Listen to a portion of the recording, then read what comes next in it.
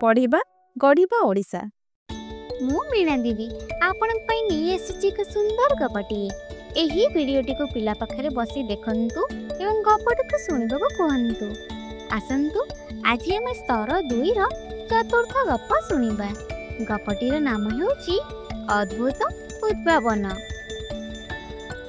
छत्रपुर गाँर कथा। पवित्र बोली पिलाटिए थिला। से सकाळ उठी गछरे पानी दिए, गछ मानक सह किछि समय कथा हुए।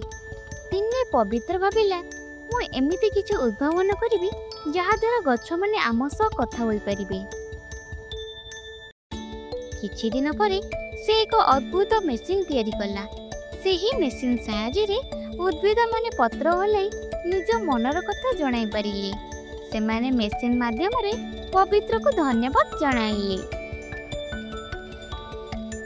एठारे किछि गप संपर्कित प्रश्न दिराइछि।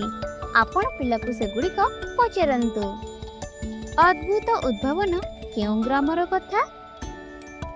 पवित्रर अद्भुत उद्भावन कौन थिला? जदि तुमको एक सुजोग मिले ताहले तुमर अद्भुत उद्भावन कौन हेबो?